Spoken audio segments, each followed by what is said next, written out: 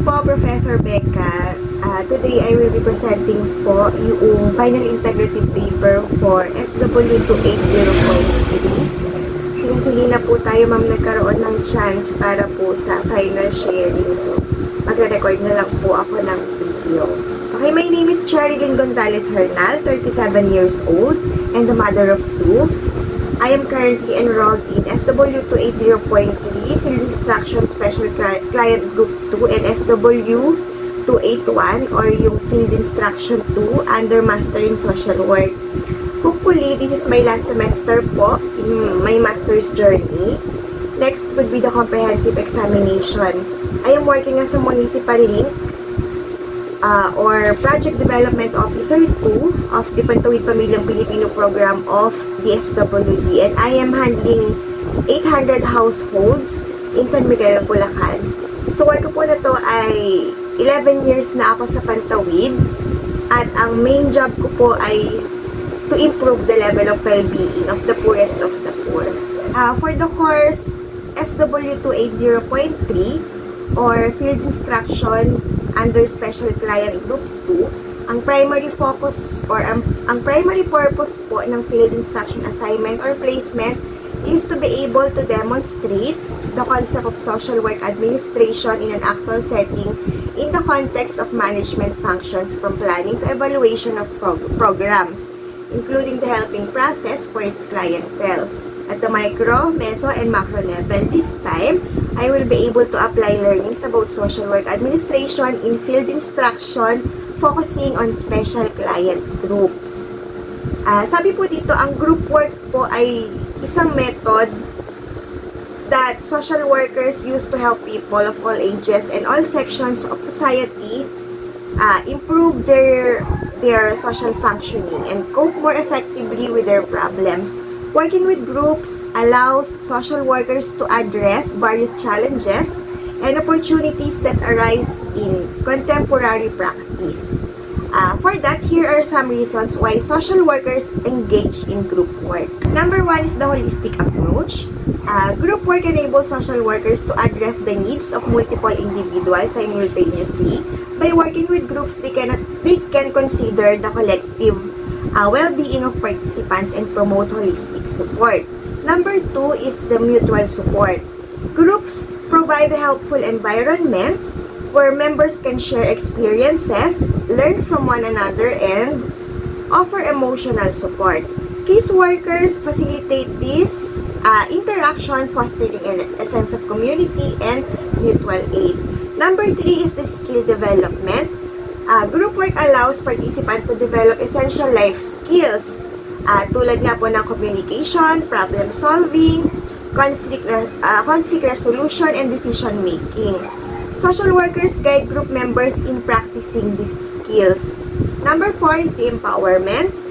Through group processes, individuals can gain a sense of empowerment and agency. Social workers encourage active participation, self-expression, and self-advocacy within the group context. Number five, socialization. Groups offer opportunities for socialization and connection. Participants can build social networks, reduce isolation, and develop a sense of belonging. Next is the efficiency. Social workers can address common issues tulad po ng parenting skills, substance abuse, mental health, and more efficiently by working with groups. Group interventions allow for economies of scale and shared resources. Number seven is the prevention and education. Group serves as platforms of preventive education. Social workers can disseminate information, raise awareness, and promote healthy behaviors within the group setting. Number eight is the norms and role modeling. Dito po, group dynamics expose participants to various norms, values, and behaviors.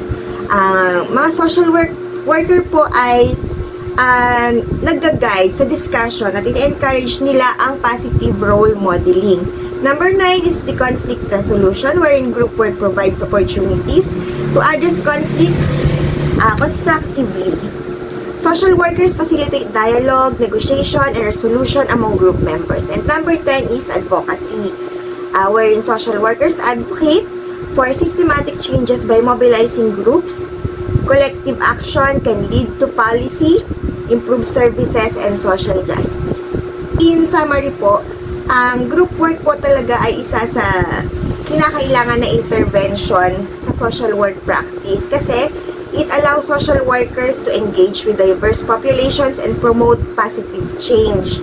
It harnesses the power of collective efforts to enhance well-being and address social challenges. Para naman po sa accomplishments ko, from February 1 to 8, 2024, or yung first week po, ang naging agenda ko po doon ay discussion with the agency supervisor or si Ma'am Beth nga po regarding special client groups. In-identify po namin yung mga client group na kailangan pag-focusan ko or kung saan po ako magpo-focus. Nag-review din po ako ng cases na involve yung mga children and youth. Kasi nga po ang special client group ko dito, ma'am, ay yung mga youth. Nag-discuss po din kami ni Ma'am Beth regarding po sa iba't ibang batas na nagpoprotekta sa mga bata at saka yung mga cases po na involve ang mga minors or yung mga youth. Shadowing din po during supervisor's performance of case management sa mga cases such as BAUSI and CICL. The learner also conducted hands-on filling up of general intake sheets and assessment of clients with the cases mentioned above. Nung second week naman po, nung February 15 hanggang March 7, 2024, ang ginawa ko po doon ay assessment of clients sa mga cases such as CICL and adoption, attending to clients' need.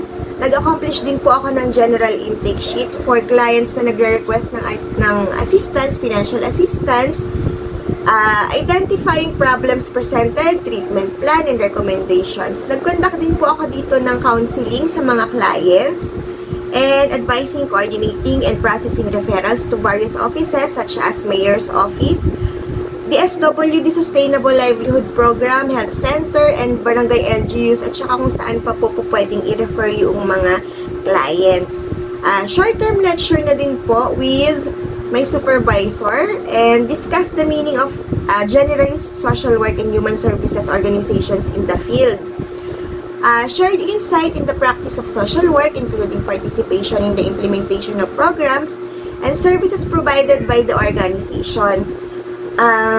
Decision-making process din po involved in the implementation of projects and monitoring and evaluating the progress of recipients, especially beneficiaries of Pantawid Pamilyang Pilipino program. Inallow din po ako ni Ma'am Beth na mag-counseling and case management sa mga minor cases. Nag-engage din po ako in learning their situation, building a sustainable plan of action, and helping the client to solve their problems through client commitment and use their community resources. Through this activity po, the student can engage in actual casework in micro level. Conducted case management for minor cases involving children, marital disputes, arrangements for the child's care, and financial support. Through this activity, the student engage in actual casework, yun nga po, yung micro level. So, nakapag-handle po ako, ma'am, ng different minor cases na involved po ang youth. Nagawa po ako dito ng counseling tsaka po ng case management. Bali ng third week po, ma'am, March 11 to 25, 2024, ito na po yung time na nag-develop na po ako at saka po yung MSWDO ng plan para po sa capacity building and advocacy activities for youth. Kasama po dito na pinlano namin yung goal, yung target, at saka yung list of activities. Through these skills, the student engage in actual macro-level casework naman po ito. At nakipag-coordinate din po ako sa mga partner agencies regarding the youth development session and other schedule of sessions na gagawin nga po namin sa field. Noong fourth week, nag-start po ito ng April 3 hanggang April 12, 2023. Ito na po yung implementation ng mga activities na pinlano na po namin. Ito na po yung time na kami ay mag-field. Nag-conduct po kami ng group sessions or yung tinatawag po na katropa, ka-partner po namin dito, ang PAPCOM. Katropa po ang ibig sabihin nito ay kalalakihang tapat sa obligasyon sa pamilya. Ito po ay session kasama ang originally dapat po ay ang mga tatay lang or mga kalalakihan, pero isinama na rin po namin dito ma'am yung mga nanay. Kailangan po ito or ito po ay necessary para bigyan po ng kaalaman yung mga parents, yung mga magulang tungkol sa obligasyon nila sa kanilang mga anak or responsible parenthood, ma'am. Ito po yun. So, kapartner po namin dito na nag-discuss ang POPCOM or yung Commission on Population. Sila po yung resource person. At nag-invite din po kami dito, ma'am, ng CSO, ng isang pastor para mas maging maganda po yung pagpapaliwanag. Kinondak po namin, ma'am, yung session para dun sa mga parents kasi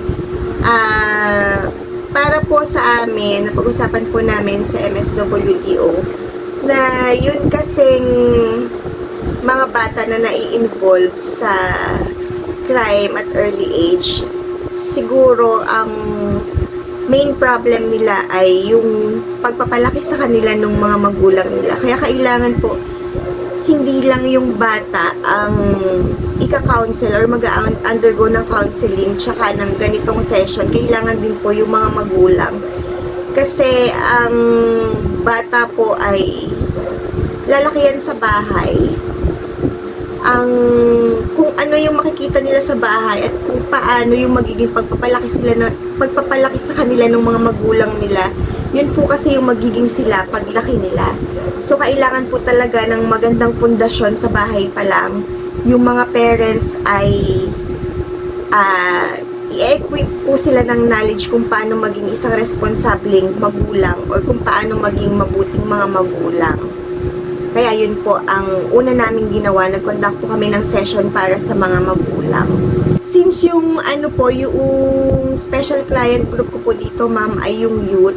At sa San Miguel, Bulacan po ay madaming out of school youth. At kapag alam naman po natin na kapag out of school youth or hindi pumapasok ang isang bata ay mas malimit na mai-involve siya sa mga hindi magandang gawain or sabihin po natin na crime at young age na i-involve po sila dito kasi sila nga po ay hindi nag-aaral. Out of school youth sila. Kaya ang ginawa po namin dito ay nag-conduct din po kami ng youth development session. Kapartner po namin dito ang ALS. Sila po ang resource person. At dito po sa session na ito ay i-discuss ng ALS or ng alternative learning system kung ano po yung kahalagahan ng edukasyon. Nagkaroon din po kami ng session kasama ang PNP or yung Philippine National Police para naman po sa awareness ng mga iba't ibang krimen na kinakasangkutan ng mga participants kinakasangkutan ng mga kabataan kasi mayroon din po kaming cases ng CICL sa San Miguel, Bulacan. Kaya ayun po, diniscuss na rin po namin yun. Isa rin po sa naging dahilan kung bakit po nalaman namin na kung bakit nagiging out of school youth ang isang bata sa San Miguel, Bulacan ay dahil unang-una wala raw pong kakayahan ng magulang na paaralin ang mga bata o yung kanilang mga anak. Kaya naman po tinap namin yung ALS para po sa libreng edukasyon kasi kung ang dahilan nga po nila ay pinansyal. Sa alternative learning system po kasi, ma'am, libre yung magiging pag-aaral ng bata. At the same time, modular lang po ito. Hindi po araw-araw ang pasok. At yung mga gamit naman po na kakailanganin sa school ay sasagutin din po ng LGU. Doon naman po sa PNP, isang dahilan pa nga rin po kung bakit yung bata ay out of school youth or hindi nakakapag-aral, hindi nag-aaral ay dahil po yung mga magulang nila hindi rin nakapag-aral. So nakita nila na si nanay, si tatay hindi naman nakagraduate ng high school, hindi naman nakapagtapos ng elementary. So okay lang kung ako magiging ganun din. Hindi rin ako okay lang na hindi ako makapag-aral. Parang ganun po, ma'am. Kaya sabi ko nga po kanina, kung ano yung nakikita nila doon sa mga magulang nila or sa bahay nila, yun lang din po yung gagayahin ng mga bata. Kaya kanina nga po, tulad ng nabanggit ko, nag-conduct din kami ng session para sa mga parents. Para nga po doon na linawin din sa kanila, na iparealize sa kanila na kung ano sila, yun din po yung gagayahin ng mga anak nila. Bali, after po ma'am noong mga field work or noong mga sessions na kinonduct po namin sa baba, nung April 9 hanggang May 6 po ay nagkaroon kami ng case analysis. Kasama ko po ma'am si Ma'am Beth, yung supervisor ko po. At yung time na po na yun ay ipinresent ko na po sa kanya, kay Ma'am Beth, lahat po ng mga accomplishments ko. Doon po ma'am sa mga activity na kinonduct ko po sa baba, sa field, gumawa po ako doon ng feedback report. Kompleto po yung mga documentation ko at ipinas ko po ito kay Ma'am Beth. Meron din po akong photo documentation doon nakasama and ipinas ko rin po yun ma'am doon sa portal, isinabmit ko po. Okay, para naman po doon sa findings and analysis, social work administration and an advanced social work position that oversees other social workers and programs or services assist in developing and enforcing policies that help the organization effectively achieve its goal to better its clients' lives through social services. Social work administration or social work administrators handle the oversight of a department, organization, or program, and on a high level, it is about bringing people resources and processes together to achieve the organization's goal. Sa course nga po na to, I was focused on special client group or yung youth, wherein I will be able to engage in actual cases to understand po yung micro, meso, and macro level of social work. Doon naman po sa sa intervention, dun sa model po na ginawa ko, ito po yung crisis intervention model. Since ang focus ko nga po ay ang youth, so gumawa po ako ng model which is yung crisis intervention model. I-discuss ko na lang po ma'am ng maigsi.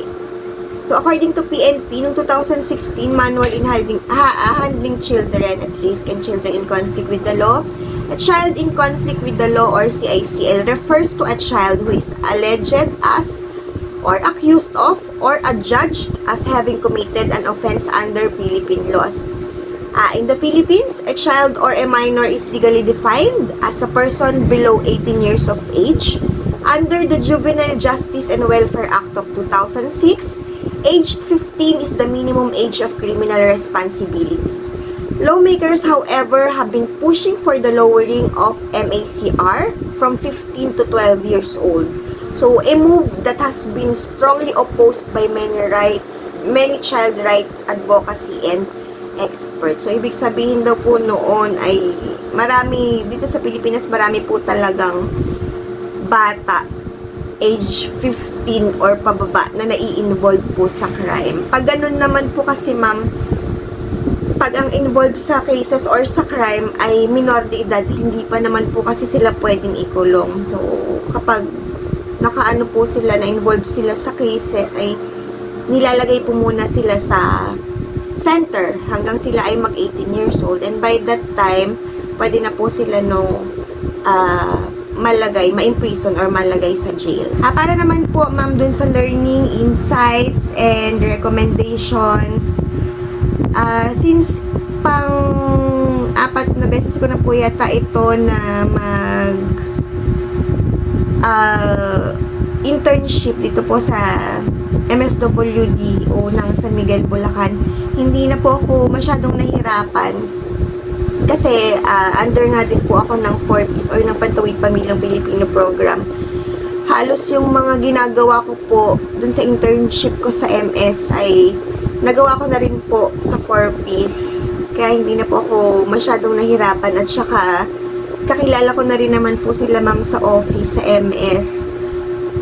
Kaya hindi na rin po ako nailang kung ano yung ipapagawa nila, talagang gagawin ko po or ginawa ko po. Local MSWDOs are a perfect institution nga po to train and develop future social workers na katulad ko. Dito po talagang they provide a wide variety of public services that cater to a diverse population, and this is particularly useful in understanding and applying social work principles and practices. Bilang estudyante po and an aspiring social worker, ito po ay malaking opportunity para sa akin na sabi ko nga po kanina na dito ko gawin yung field instruction.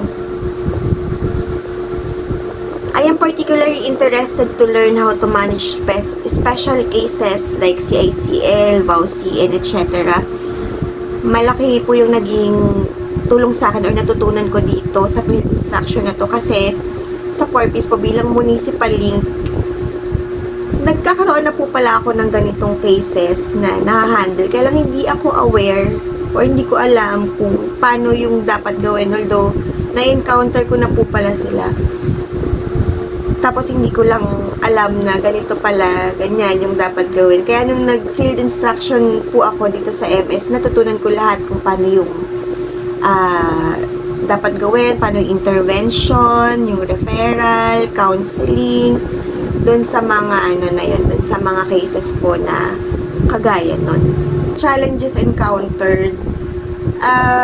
Nitong SEM na to, parang halos wala naman po akong na-encounter na challenge.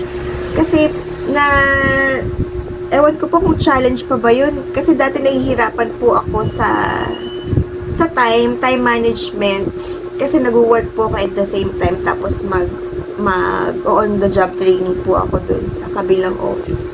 Pero this time po, na-manage ko naman po mabuti yung time ko. Sa palagay ko naman po ay nagawa ko po lahat ng pinapagawa ng aking supervisor, si Ma'am Beth po. At nakapag-comply naman po ako sa lahat po ng activities po natin doon sa portal. Yung iba nga lang po medyo late lang po na kaunti.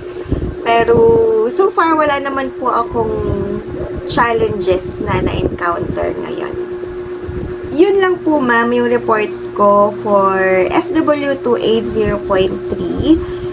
Lahat naman po noong mga sinabi ko, ano lang po yan, summary lang po. Pero lahat po yun nandun po sa final integrative paper ko. Pati po yung mga ibang ginawa ko, nandoon din po, hindi ko na po sila sinabi dito or diniscuss dito kasi para po hindi po masyadong mahaba na rin. And I want to thank you po ma'am sa pagiging considerate sa akin at sa matyaga pong pagtuturo. Thank you po. Thank you very much po. Sana po ma'am ay magkita po tayo sa graduation. God bless po!